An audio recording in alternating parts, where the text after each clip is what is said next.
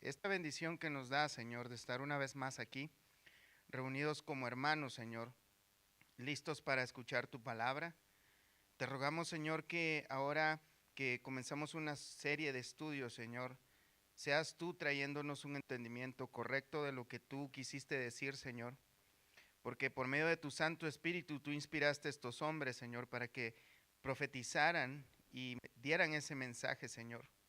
Por lo cual yo apelo a ese mismo Espíritu Santo, Señor, que inspiró esa palabra, Señor, para que también ese mismo Espíritu sea usado en este momento, Señor, para que cada uno de nosotros podamos recibir tu palabra con ese propósito mismo, Señor, adaptado a nuestra situación actual, Señor. En el nombre de Jesús esperamos salir bendecidos nuevamente en este lugar, Señor. Amén y amén. Salúdense unos a otros, hermanos. Nuestros niños pasan a su clase, los jóvenes se quedan acá.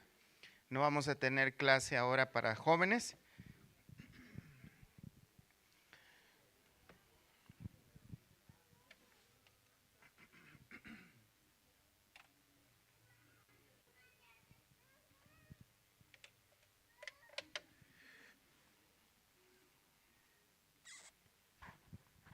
Muy bien. Bueno, hermanos, ¿listos? ¿Comenzamos? Amén. Pues abran su Biblia en el libro de Amós. Amós, capítulo 1, verso 1. Vamos a estudiar, hermanos, por primera vez. Vamos a abrir un libro del Antiguo Testamento, uno de los profetas menores, y vamos a estudiar todo el libro. Solo son 9 capítulos, no esperamos tardarnos tanto en este estudio, pero como les explicaba a los hermanos en las clases que hemos estado teniendo, el Antiguo Testamento no es digno de desecharse, hermanos, hay mucha utilidad. El problema es que hay personas en la actualidad que usan muy mal el Antiguo Testamento y utilizan en el Antiguo Testamento cosas solamente sacadas de contexto para hacer cosas que no están en la palabra de Dios, aunque las extraen del Antiguo Testamento. Pero vamos a, en el nombre del Señor, primero Dios, vamos a estudiar este libro, hermanos, y que Dios nos bendiga, nos guarde y nos abra el entendimiento y el propósito que tiene esta profecía.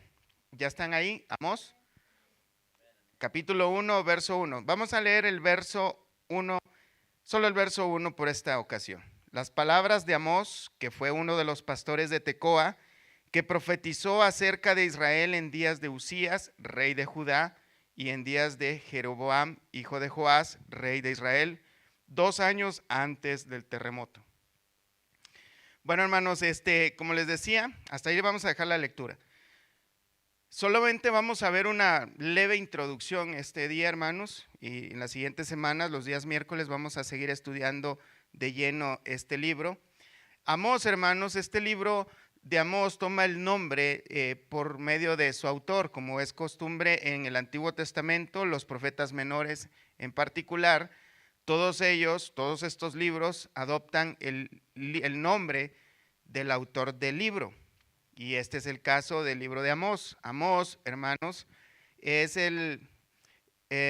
uno de los profetas menores, y es menor, es un profeta menor, no porque sea menor de edad o algo por el estilo. No es profeta menor porque sea menor en relevancia, sino que la Biblia, bueno, la Biblia está dividida en cuanto a los libros proféticos del Antiguo Testamento entre profetas mayores y profetas menores, no porque unos sean más que otros, sino se determinan de esa manera porque el libro es más grande. De manera que como Amós, si ustedes pueden ver en 9 capítulos, son muy poquitas páginas en la Biblia, así que por eso se le considera que es un profeta menor, pero no quiere decir que el mensaje sea inferior al de los demás. De hecho, es uno de los profetas apocalípticos de los más importantes del Antiguo Testamento. Este hombre, hermanos, la profecía que muestra este libro, hermanos, está enfocada en juicios a Israel, en juicios a las naciones vecinas que son enemigas de Israel. Y es uno de los libros, hermanos, que solo en el capítulo 9 tiene promesas de bendición. Hasta el final. A diferencia de otros libros que intercala entre juicio y promesas promesas de bendiciones, en este libro no encontramos eso. Es todo el contenido del libro, vamos a ver juicio tras juicio, tras juicio y tras juicio. Entonces alguien podría decir, lo bueno, hermano, es que ese libro está en el Antiguo Testamento, así que eso no nos interesa porque nosotros estamos bajo la gracia. Pero como vamos a aprender, hermanos, no deberíamos de tomar tan a la ligera este tipo de profecías. Ciertamente no debemos tomar ciertos rituales del Antiguo Testamento y algunas cosas no las debemos tomar literales, pero podemos extraer una enseñanza muy importante de cada una de las páginas de la Biblia, aún estando en el Antiguo Testamento. La palabra de Dios, hermanos, hablando en cuanto a profecías, desafortunadamente, algunos la profecía le cambian el propósito. El apóstol Pablo en 1 Corintios 14:3 nos indica cuál es el propósito de las profecías. Pero el que profetiza habla a los hombres para edificación, ese es uno, exhortación y consolación. Regularmente, hoy en día, cuando alguien dice que va a dar profecía o dice, así dice el Señor, no cumple con ninguno de estos aspectos. La mayoría de personas que dicen, así dice el Señor, dicen cosas, primero, que no ha dicho Dios. Y lo segundo es que agarran versículos del Antiguo Testamento como promesas para adular a la gente. ¿Sí sabemos qué significa adular? En el buen lenguaje hispano es barbear a las personas, rascarle el oído. Es decirles cosas agradables, es levantarle el ego para después poder manipularles. Y ese no es el propósito de la profecía. Vemos, hermanos, que segunda de Pedro 1:20 dice, entendiendo primero esto, que ninguna profecía de la Escritura es de interpretación privada. Ninguna. Entendiendo primero esto, que ninguna profecía de la Escritura es de interpretación privada. Porque luego hay personas que dicen, no, es que mira, es que tú no entiendes. El Espíritu a mí me dice una cosa en este texto y a ti te puede decir otra. Pero eso no es así porque la Escritura no es de interpretación privada. Posiblemente un mandamiento para mí no tenga vida porque tal vez en el caso, por ejemplo, si es el mandamiento, mujeres sométanse a su marido, en el caso de los hombres, ese mandamiento no tiene efecto. Pero si hay uno más abajito, que ese no lo vamos a decir por este momento, pero ese sí tiene mucho efecto en nosotros. Pero el asunto es, hermanos, que no es que la Escritura diga una cosa para uno y otro para otros. De hecho, el Evangelio, hermanos, en esto sí es una realidad. Para unos es salvación, pero para otros es condenación, en ese sentido sí. Para los que creen es salvación y para los que no creen es condenación, pero esa es la condición. De manera, hermanos, que el propósito de la profecía es para edificación del pueblo de Dios y para exhortar al mismo pueblo de Dios, darle dirección en las cosas que se está equivocando y luego una consolación. Vamos a ver en el libro de Amós mucho de esto, una exhortación. Si hay un llamado al arrepentimiento que desafortunadamente, como podríamos estudiar largas horas, nos damos cuenta que Israel no hizo caso a estos llamados de atención. El problema, hermanos, es que la profecía moderna tiene y cumple estos requisitos que menciona Jeremías 23:16. Y esto es un reproche que le hace a los profetas el Señor, diciéndoles, así ha dicho Jehová de los ejércitos. No escuchéis las palabras de los profetas que os profetizan, os alimentan con vanas esperanzas. Esto está muy claro, ¿verdad? Profetas que profetizan vanas esperanzas, hablan visión de su propio corazón. De manera, hermanos, que hay muchísimas personas hoy en día, falsos profetas, hablando imaginaciones de su propia mente, de sus propios deseos. No de la boca de Jehová, Dicen atrevidamente, fíjate bien, Dios dice, estos falsos profetas dicen atrevidamente a las personas que me irritan, Jehová dijo, paz tendréis. Y a cualquiera que anda tras la obstinación de su corazón dicen, no vendrá mal sobre vosotros. Esa es una costumbre muy popular hoy en día que no la vemos por ninguna parte en los libros del Antiguo Testamento, hablando de los profetas bíblicos. En el verso 21 del mismo capítulo 23 de Jeremías, no envié yo a aquellos profetas, pero ellos corrían. Yo no les hablé, mas ellos profetizaban. Pero si ellos hubieran estado en mi secreto, habrían hecho oír mis palabras a mi pueblo. Y esto es muy importante.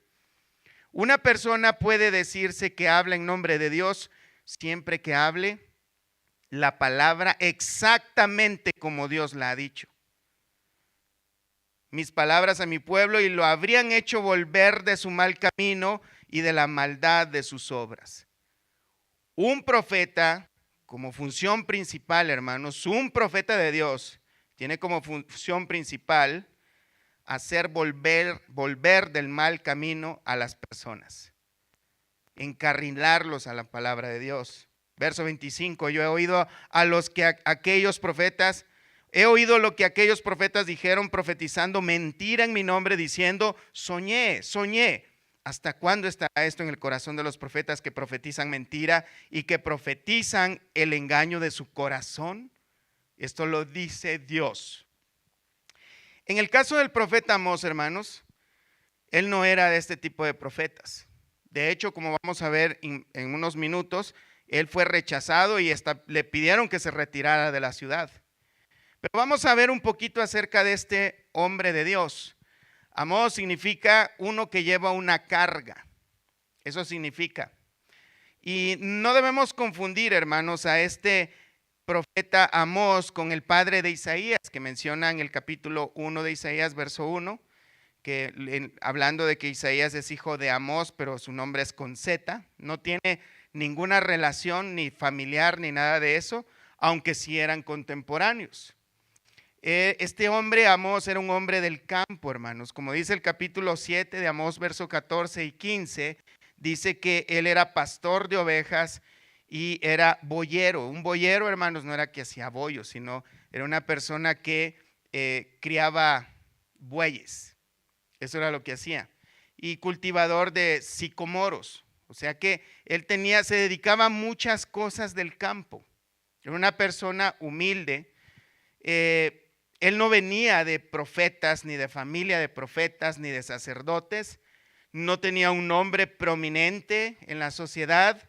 De hecho, del lugar de donde él provenía, su hogar, que se llamaba Tecoa, como dice en el capítulo 1, verso 1, era una pequeña villa situada más o menos a 20 kilómetros, a 15, sería como a 15 millas, parece, de Jerusalén. En la época de Nehemías, hermanos, esta ciudad, los pobres de esta ciudad ayudaron a la reconstrucción del templo. Era contemporáneo de Jonás, de Oseas, de Isaías, todos ellos profetas. Su profecía fue dada en los días del rey Usías, como dice acá, rey de Judá, rey Usías, rey de Judá, y rey Jeroboam II, rey de Israel.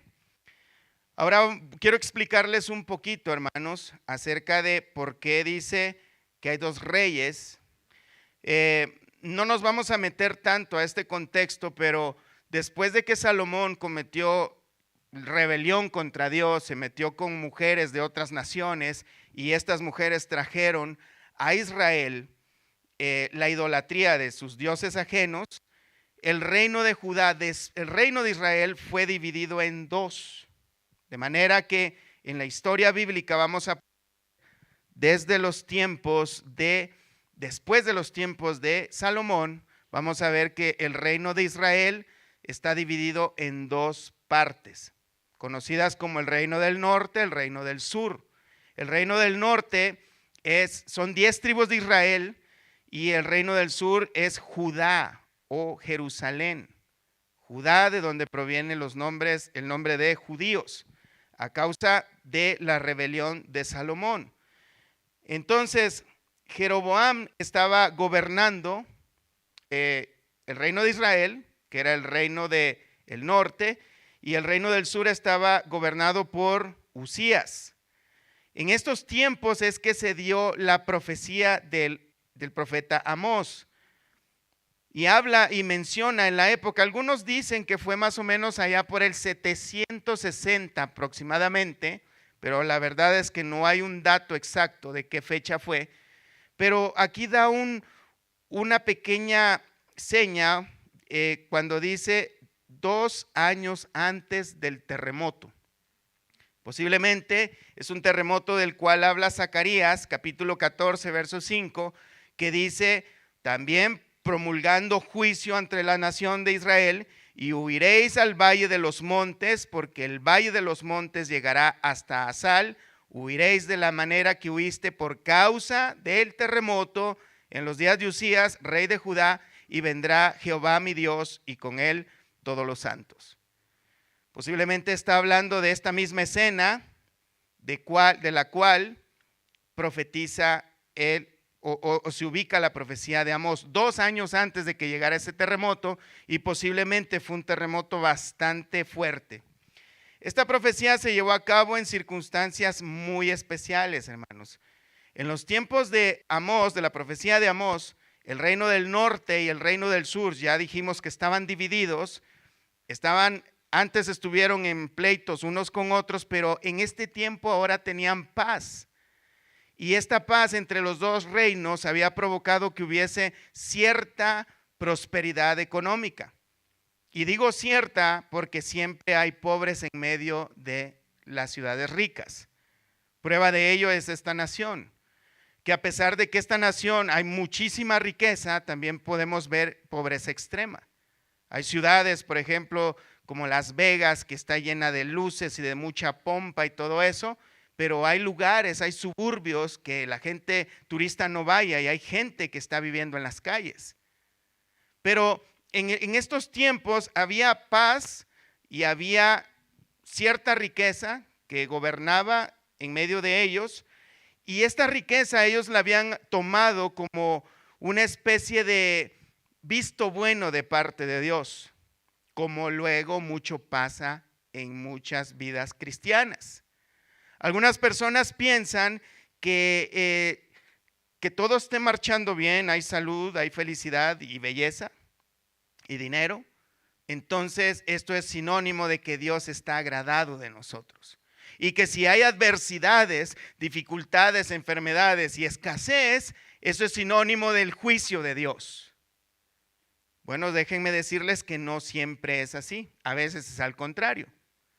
De hecho, tenemos el caso de José. Si recuerdan eso en Génesis, ¿verdad?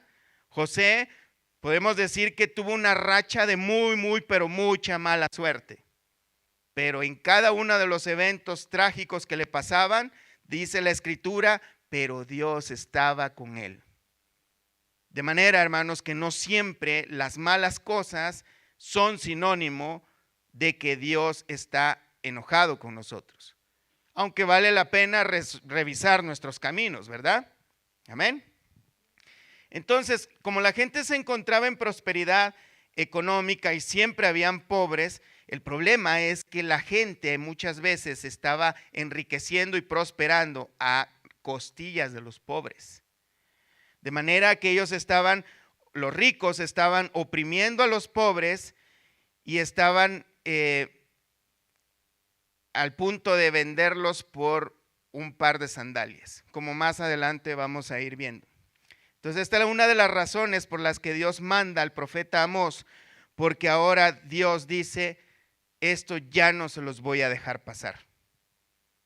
Dios, hermanos, quiere que de verdad se le tome en serio sus juicios, sus advertencias, sus mandamientos. Muchas veces, hermanos, al igual que el pueblo de Israel, nosotros ahora nos sentimos muy confiados porque estamos bajo la gracia de Dios. Y eso está muy bien. Pero el problema es, como hizo el pueblo de Israel, que el hecho de ellos llamarse el pueblo escogido de Dios, pensaban de que Dios no les iba a hacer daño por causa de sus pecados. Ellos pensaban, hermanos, de que por ser los favoritos de Dios, entonces todo estaba bien.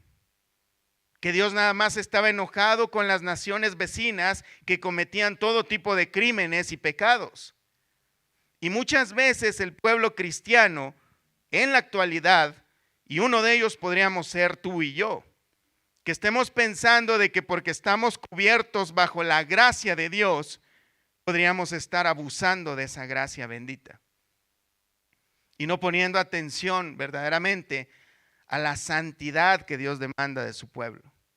Y no estoy hablando, hermanos, de legalismo, definitivamente no. Pero sí haríamos bien en tomar en cuenta lo que Dios está diciendo en su palabra. Entonces, hermanos, continuando con el libro de Amós, el tipo de profecía y su llamado, lo podemos ver, hermanos, alrededor de todo el libro. En verdad, hermanos, Amós no es citado en muchas partes de la Biblia, no se hace referencia hacia el profeta, no hay mucha información acerca de él.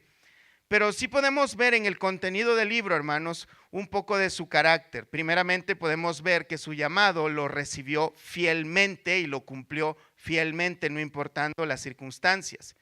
Como ya decíamos, era una persona de descendencia humilde, posiblemente no muy pobre, pero tampoco abundaba en riquezas. Pero cuando Dios lo llamó, por lo que podemos ver, aunque no hay muchos detalles acerca de esto, solamente el que obedeció fielmente a las palabras de Dios. Y cada cosa que él venía y decía iba acompañada con así dice el Señor. Así dice el Señor. No eran palabras de él. Y lo que podemos ver a lo largo, y lo vamos a ver, hermanos, si Dios quiere, es que todas estas cosas que el Señor decía, no decía, el Señor tiene grandes propósitos para tu vida. No le decía eso a las naciones. No le decía eso a cada una de las personas. No le decía, el Señor me ha mostrado de que tú vas a ser próspero porque tú eres cabeza y no cola. No dice cosas como estas. Sino, hermanos, solo para dar un poquito de contexto, aunque lo vamos a ver más adelante, verso 2. Solo lo vamos a leer poquito. Dijo Jehová, rugirá desde Sión. Amós a la voz de Dios la compara como el rugido de un león. Un rugido de un león, hermanos, que por cierto, el rugido del león, hermanos, cuando dicen que se escucha a millas de distancia. Y el propósito del león para rugir no es porque tiene hambre, sino porque está cuidando su territorio. Es para asustar a los enemigos, a los intrusos. En este caso, hermanos, pareciera que Dios quiere asustar al rebaño, del cual Él es el mismo pastor. Pero ahora se muestra no como un pastor, sino como un león rugiente. Y dice, Jehová rugirá desde Sión y dará su voz desde Jerusalén, y los campos de los pastores se enlutarán y se secará la cumbre del Carmelo. Así ha dicho Jehová, por 3 pecados de Damasco y por el 4 no revocaré su castigo, porque trillaron a Galaad con trillos de hierro. Prenderé fuego en la casa de Hazael y consumirá los palacios de Ben-Hadad. Aquí yo no veo que diga Dios tiene grandes propósitos para tu vida. Aquí veo que dice que los va a quemar. Dice que rugirá como un león. Muchas personas tienen a Dios como un humilde corderito nada más, pero se olvidan de la faceta de Dios de juicio, porque Dios es santo y Dios es justo. Pero lo único que se predica hoy en día y a lo único que se le llama profecía hoy en día es a uno de los atributos verdaderos y benditos de Dios, que es el amor, que son verdaderos. Pero se olvidan también que Dios no solamente es amor, sino que también es fuego consumidor. Es un Dios santo, es justo y no tolera el pecado. De manera que, y esto lo vamos a ver, hermanos, en la profecía de cada uno de los santos hombres de Dios que podemos encontrar en las profecías bíblicas. Pero no sé de dónde salió, hermanos, tanto profeta falso, por supuesto, diciendo el Señor tiene grandes propósitos para tu vida. Oh, yo veo un gran futuro para tu vida, hermanos, y solo vemos que las advertencias de Dios son el llamado del arrepentimiento. Verdaderamente Dios quiere que todos, verdaderamente que nadie perezca, pero que procedan al arrepentimiento. Así que, hermanos, a diferencia de estos profetas, Amós no era este tipo de profeta. Amós sí hablaba las palabras de Dios, y las palabras de Dios que está profetizando son de juicio.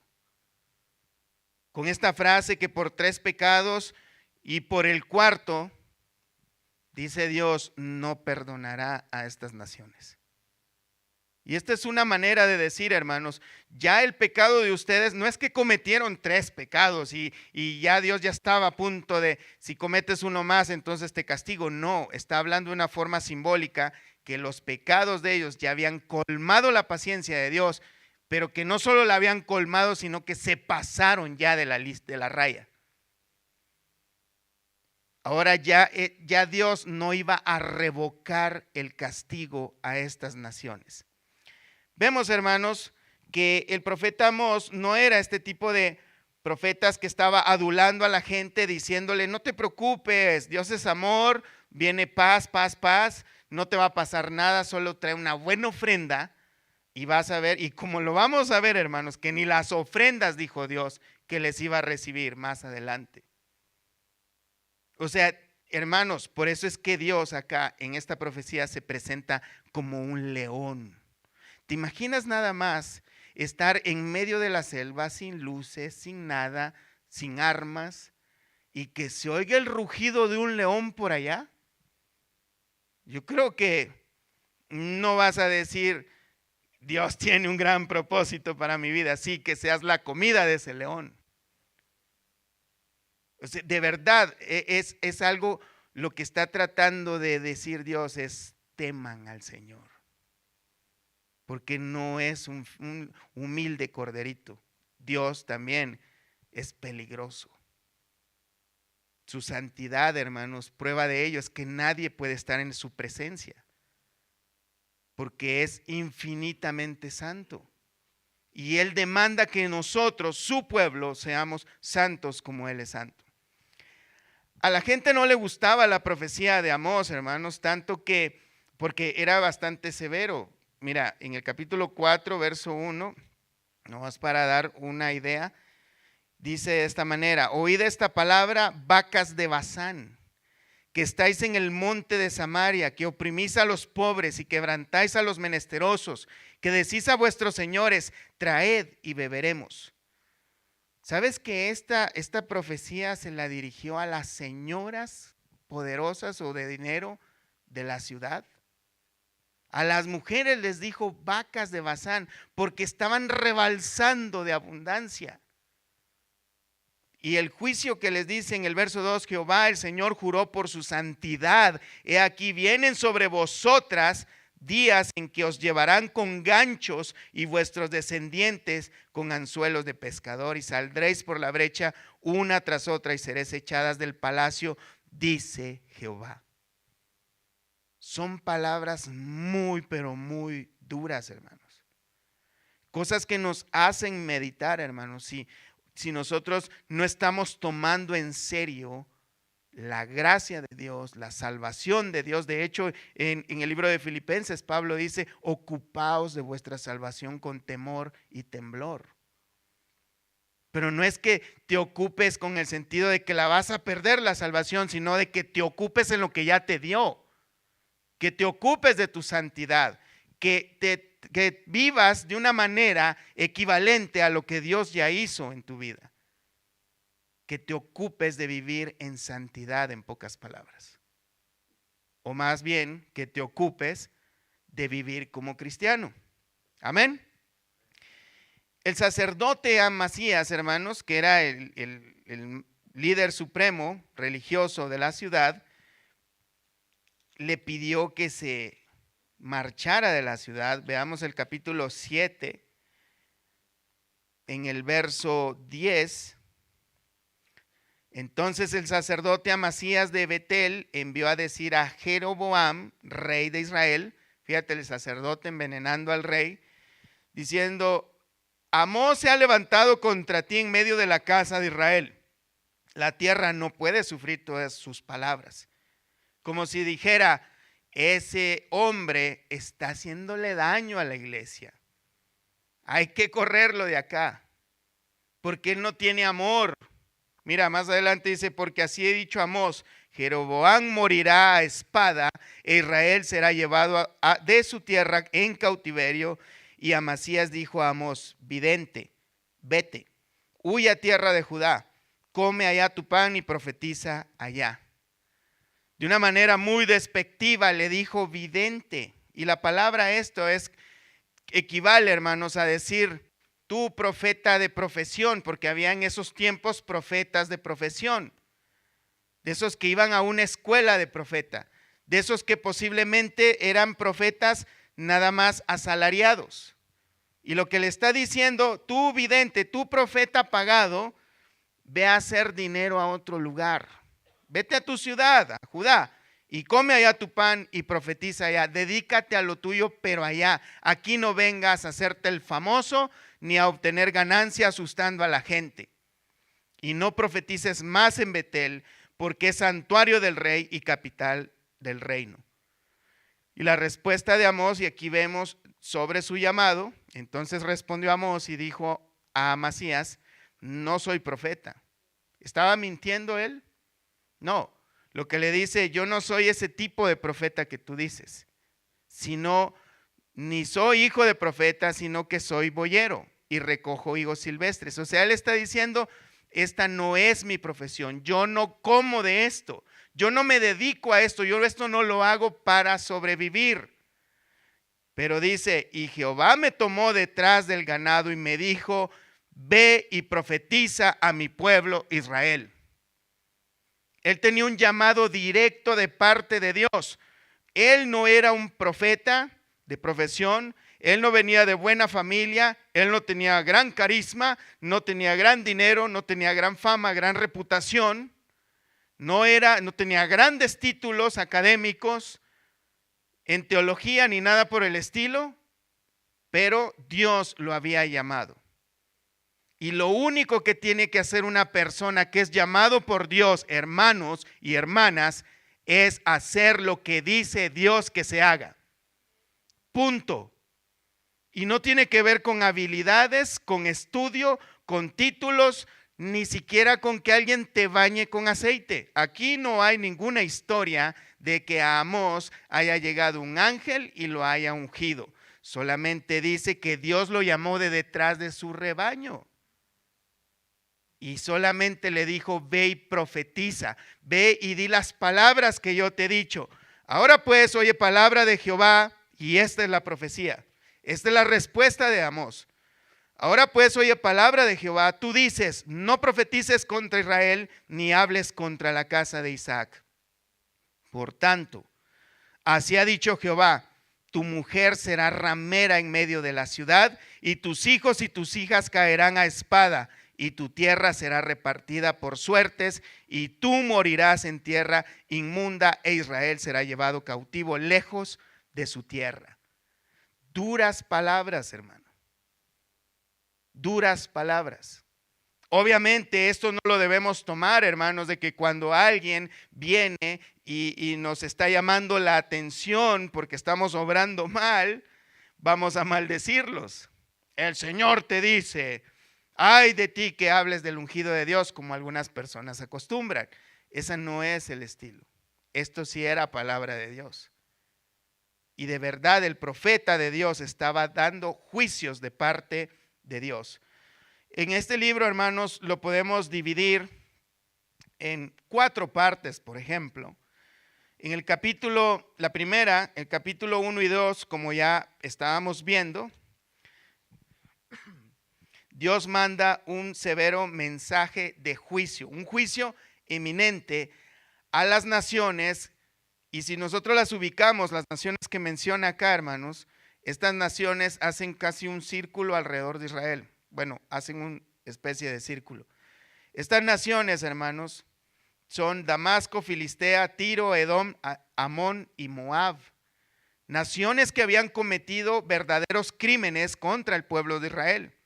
De manera, hermanos, que estas naciones, a cada una de ellas, Dios les manda un juicio.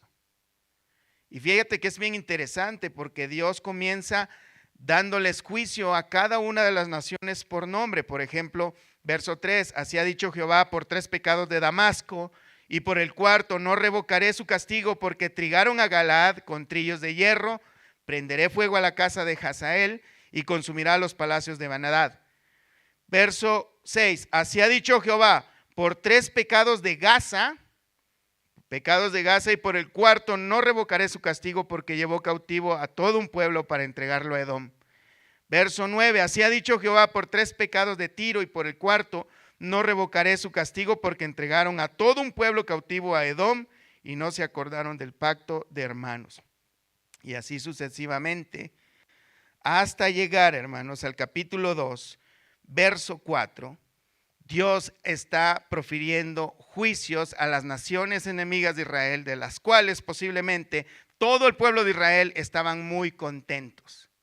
Y posiblemente dijeron, finalmente Dios se acordó de nosotros y nos va a hacer justicia. Pero verso 4 del capítulo 2, así ha dicho Jehová, por 3 pecados de Judá y por el cuarto no revocaré su castigo, porque menospreciaron la ley de Jehová y no guardaron sus ordenanzas, y les hicieron errar sus mentiras, en pos de las cuales anduvieron sus padres.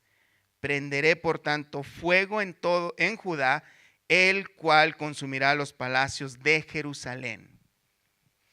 Pero el reino estaba dividido, ¿verdad?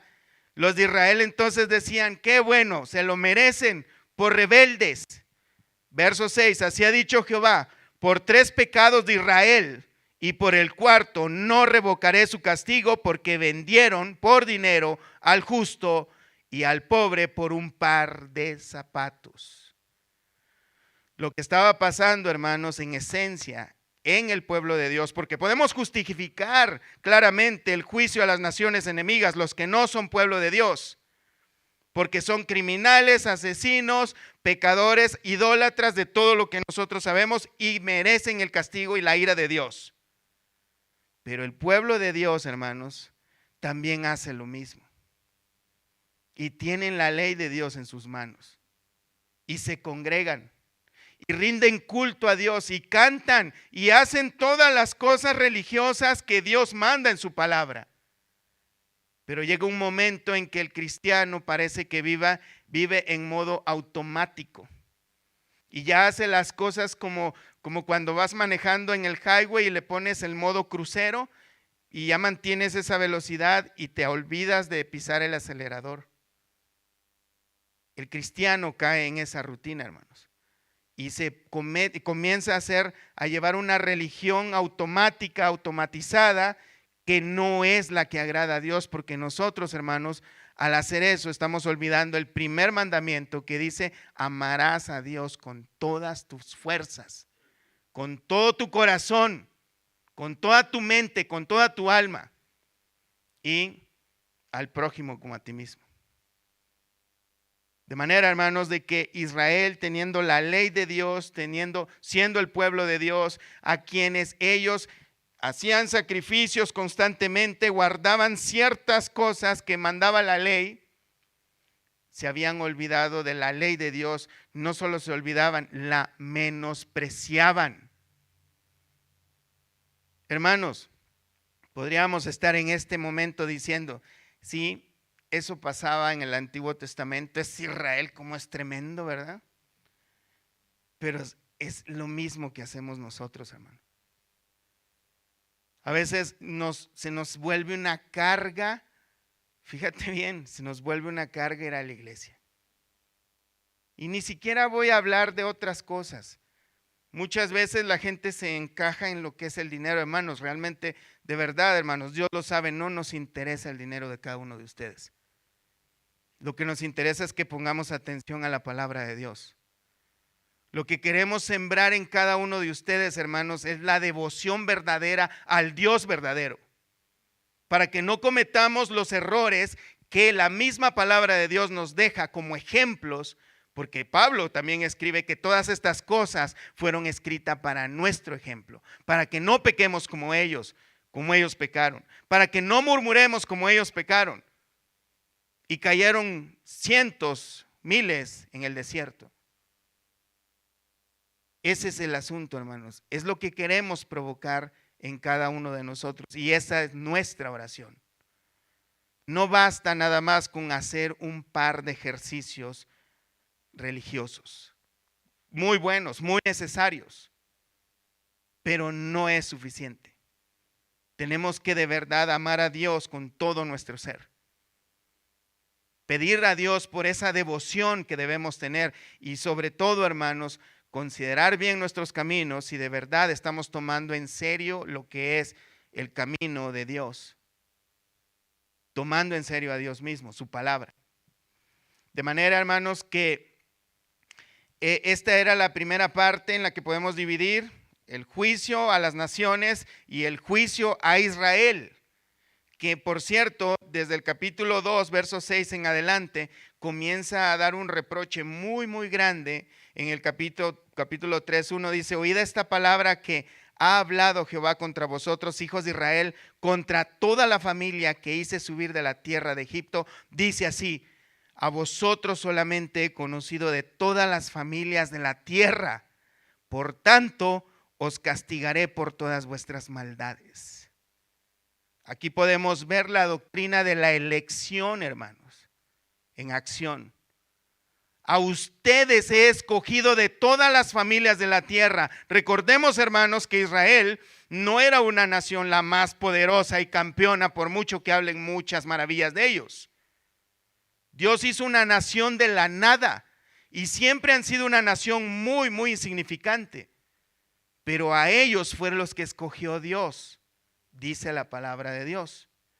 Lo mismo pasa ahora individualmente por cada uno de nosotros. Deberíamos de saltar de gozo y alegría, hermano, porque Dios te ha escogido a ti, me ha escogido a mí. Y eso debería ser suficiente para darle la gloria y la honra y que toda nuestra vida esté enfocada únicamente para vivir para la gloria de Dios. Tomemos en serio a Dios, hermanos. Amén. Y esa es la causa por la cual Dios no los va a dejar sin castigo. Vemos, hermanos, la segunda razón del juicio o de la profecía de este libro, hermanos, es el juicio a Israel por los diversos pecados que encontramos descritos en el capítulo 3, del 1 al capítulo 6, 14. Una de ellas, hermanos, podríamos ver la extravagancia que tenían, la opulencia, la explotación que hacían hacia las personas y el afán de ganancias eran los rasgos más notables de esta gente en el pueblo de Israel. En la sociedad que Amós pudo ver en medio del pueblo de Israel y en el cual tuvo que trabajar en medio de ellos. Los ricos disponían de suficientes recursos, hermanos. Los ricos hacían alarde de sus riquezas, tenían varias casas. De hecho, mira, en el 3:15 dice que tenían casas para el verano y para el invierno. Dios les dice: heriré la casa de invierno con la casa de verano, y las casas de marfil perecerán y muchas casas serán arruinadas, dice Jehová. Esta gente, algunos de ellos, no solo tenían una casa para veranear y otra para invernar, sino que eran casas de lujo, de marfil, de costosos muebles, como dice el capítulo 6, verso 4. Duermen en camas de marfil y reposan sobre sus lechos y comen los corderos del rebaño y los novillos de en medio del engordadero. Gorgojean al son de la flauta e inventan instrumentos musicales como David. Esta gente se estaba rebosando en sus riquezas, y no estaban tomando en cuenta a Dios, la justicia de Dios. Por otra parte, los pobres, y esto era el problema, eran verdaderamente pobres y se les explotaba descaradamente, hermanos. Eran víctimas de toda clase de estafas. Les quitaban sus propiedades. Por ejemplo, podemos ver en el capítulo 2, verso 6. Así ha dicho Jehová: por 3 pecados de Israel y por el cuarto no revocaré su castigo, porque vendieron por dinero al justo y al pobre por un par de zapatos. Pisotean en el polvo de la tierra las cabezas de los desválidos y tuercen el camino de los humildes, y el hijo de su padre se llegan a la misma joven, profanando mi santo nombre. No solamente, hermanos, eran inmorales, porque dice que el mismo hombre, el padre y el hijo, se acostaban con la misma mujer, sino que también pisoteaban la cabeza de los pobres. Les negaban el derecho en los juicios. O los que tenían dinero, cosa que es muy común hoy en día, los que tenían dinero se aprovechaban para sobornar a los jueces, y el pobre que no tenía cómo defenderse tenía que pagar cárcel. De manera, hermanos, que parte del juicio de Dios para Israel tiene que ver con la idolatría, la inmoralidad y también con la falta de justicia social. Esta justicia social, hermanos, de la cual el libro de Amós ha sido, digamos, víctima de mala interpretación, en la cual algunas personas agarran versículos de acá de Amós y dicen: vamos a llevarle burritos a los pobres, y con eso apaciguan sus conciencias. Una vez al tanto tiempo les llevan sus burritos y ya ellos ya cumplieron la voluntad de Dios y ya no están en el caso de lo que es el libro, lo que menciona el juicio del libro de Amós. Pero no se trata de eso, hermanos. De hecho, Dios no nos manda que hagamos justicia allá por todo el mundo, porque de hecho el juicio viene porque ellos con sus hermanos en su nación no están ejerciendo justicia, no están siendo justos con sus hermanos. Recordemos, hermanos, que el pueblo de Dios está hablando, Dios a su pueblo, pero está hablando de una nación que es el pueblo de Dios. Ahora nosotros deberíamos practicar esto de forma local, pero dentro de la iglesia. Y claro que hacer buenas obras con la gente de afuera. Pero en ninguna parte de la Biblia, hermanos, dice que debemos mantener a una persona desobligada, a una persona que no quiere trabajar. De hecho, en el Nuevo Testamento dice que el que no trabaja, que no coma. Si podemos ayudar a alguien de salir de esa situación, gloria a Dios por ello.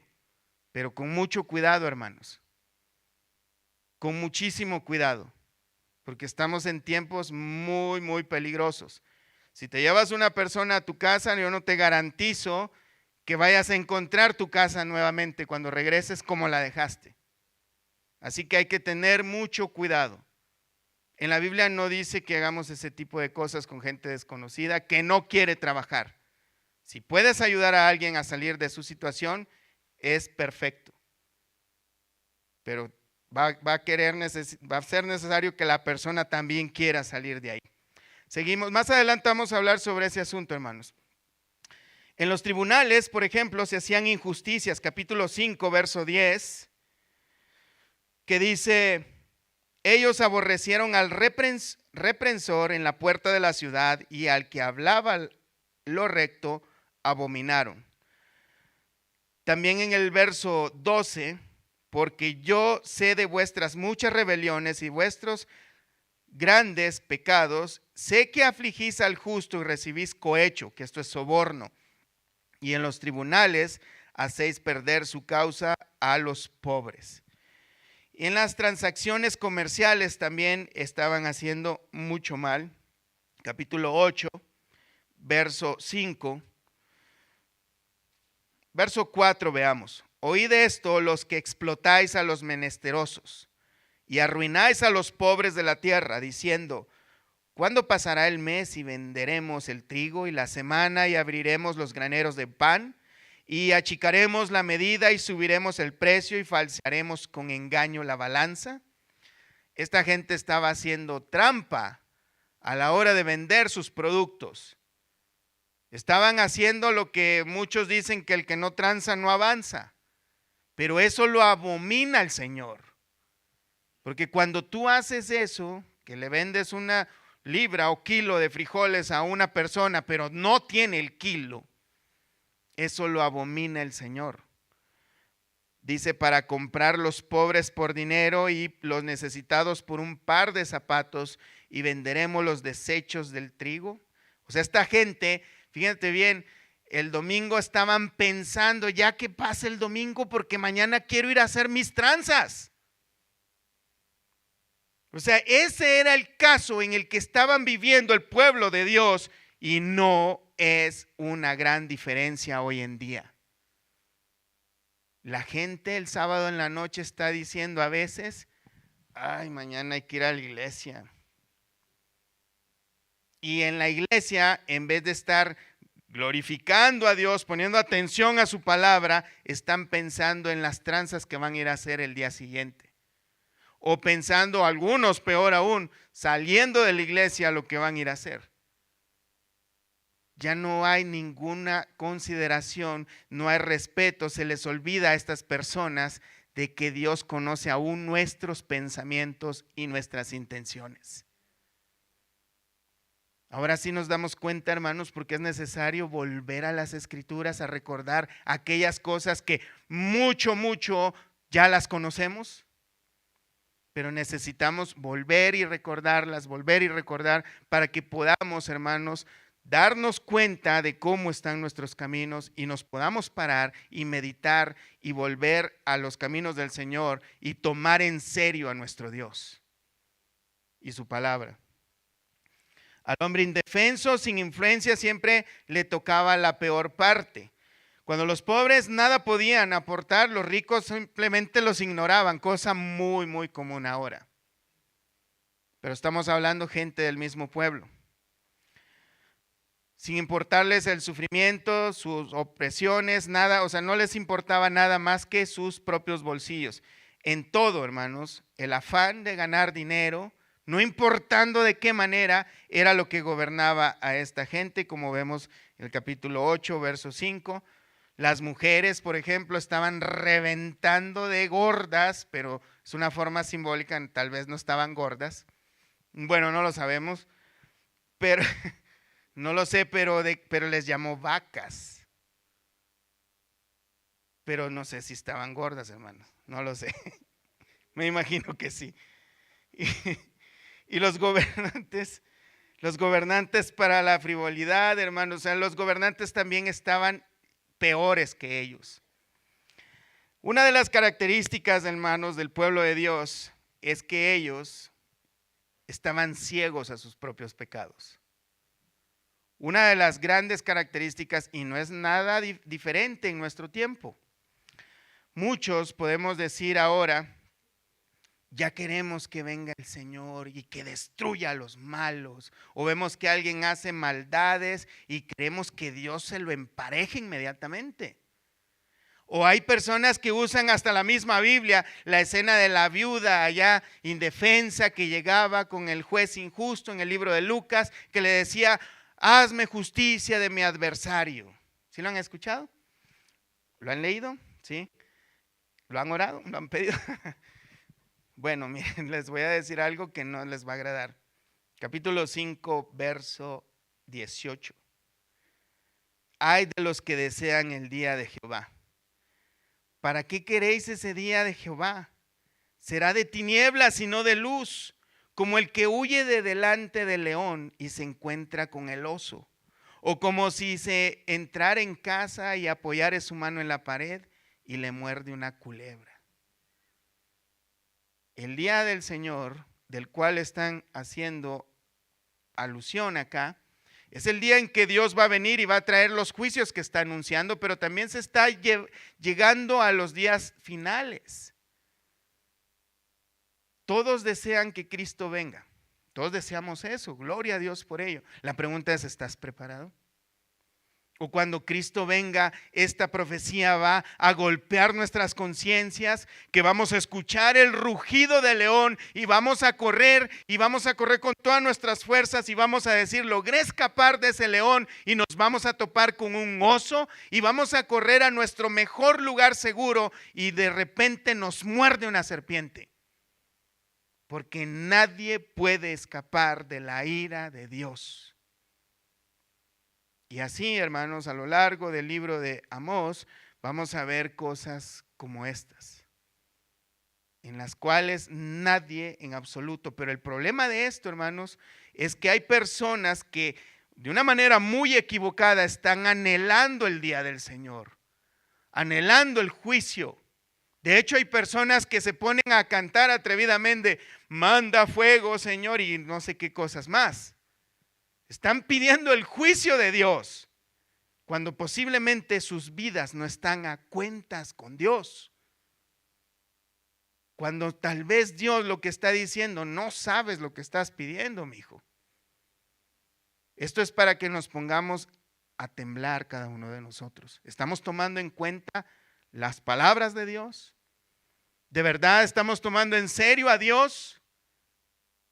¿O pensamos que nada más porque nos congregamos o hacemos ciertos ejercicios espirituales son suficientes? Continuamos con una vista así de pájaro en el libro. Otro de los temas que podemos ver, hermanos, son 5 visiones a partir del capítulo 7, verso 1 al 9. Una de langostas y fuego, no la vamos a ver. Pero hay una muy interesante que es así, no me quiero que se vayan sin que la leamos. Capítulo 7, verso 7. Me enseñó así. Esta es una visión que el Señor le dio. Estas sí son visiones. Me enseñó así. He aquí el Señor estaba sobre un muro hecho a plomo y en su mano una plomada de albañil. Jehová entonces me dijo, ¿qué ves, Amós? Y dije, una plomada de albañil. Y el Señor dijo, he aquí yo pongo la plomada de albañil en medio de mi pueblo Israel, no lo toleraré más.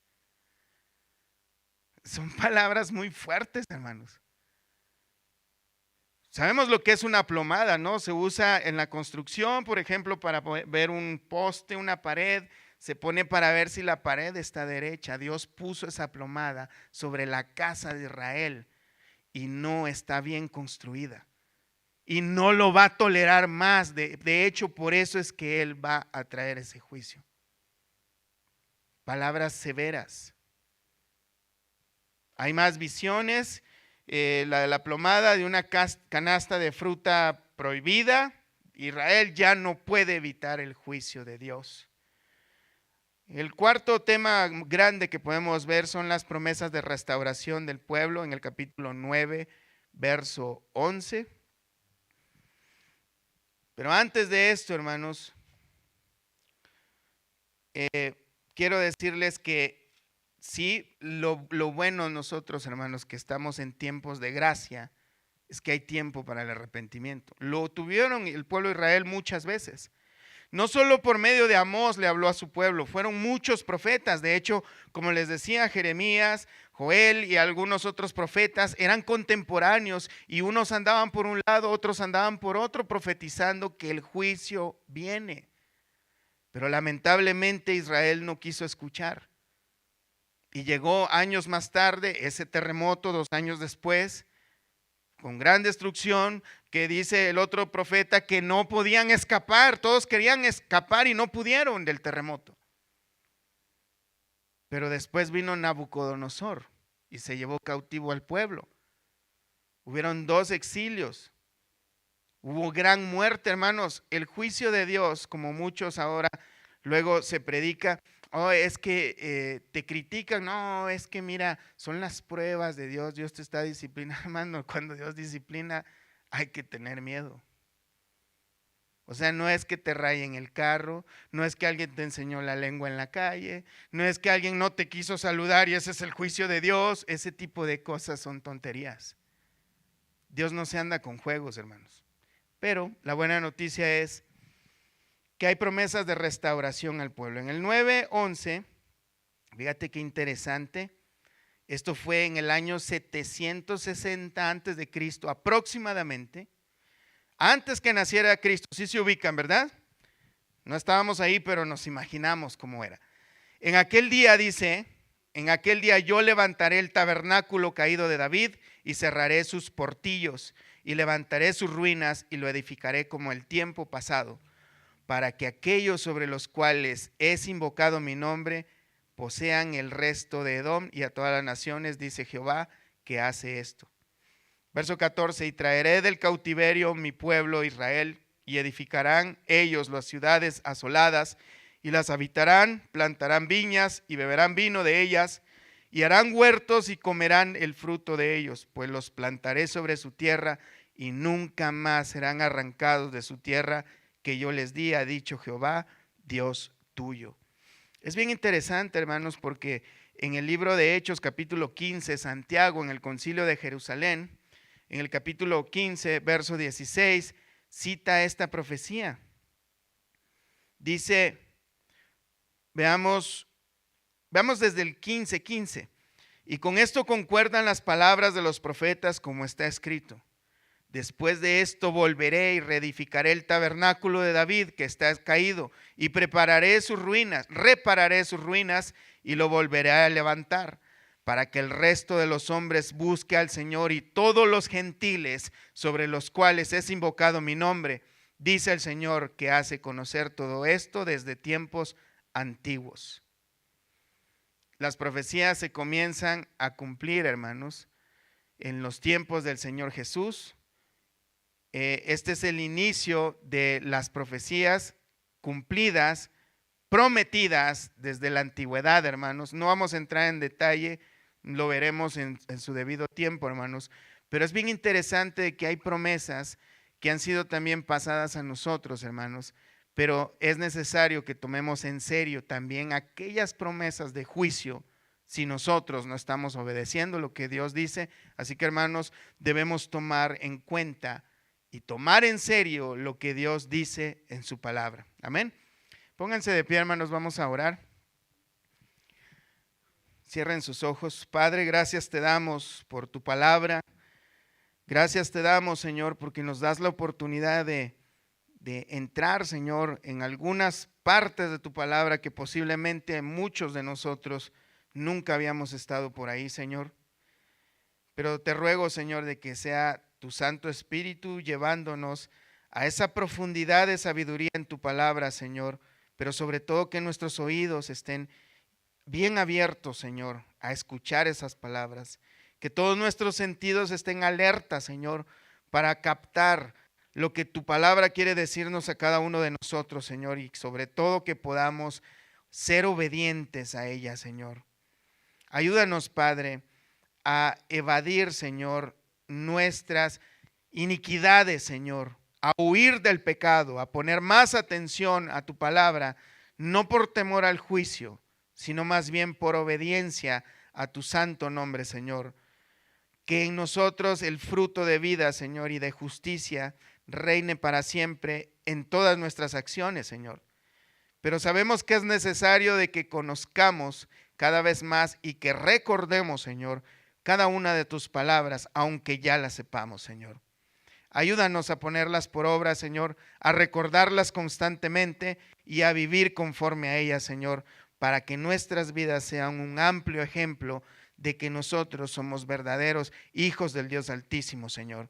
En el nombre de Jesús, te damos gracias y esperamos respuesta a cada una de nuestras peticiones. Gracias, Señor. Amén y amén. Dios me las bendiga.